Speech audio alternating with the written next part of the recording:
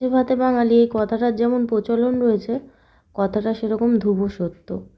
যতই যা খাবার খেয়ে নাও না কেন, দুপুরবেলা একটু গরম গরম ভাত আর তার সাথে একটু পাতলা করে মাছের ঝোল হলে আর কিন্তু কিছু লাগে না বাঙালি।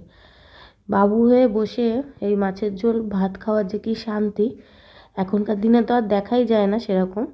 তো আজকে দুপুরেও আমি করেছিলাম শুধু মাছের ঝোল ভাত, গরম গরম ভাত বেড়ে নিয়েছিলাম আর করেছিলাম একটু পাতলা করে, এটা হচ্ছে আর মাছের আলু দিয়ে ঝোল।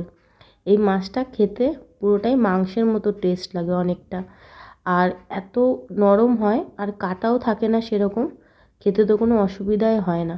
আর তার সাথে এরকম নরম নরম আলু দিয়ে গরম গরম মাছের ঝোল আর সাথে একটু মাছ ভেঙে, দুপুরে তো খেতে দারুণ লাগছিলো। আর এই মাছটার সাইজটা একটু ছোট ছিল, এই বড় মাছটার আরও বেশি টেস্ট হয়। কেমন লাগলো আজকে লাঞ্চ?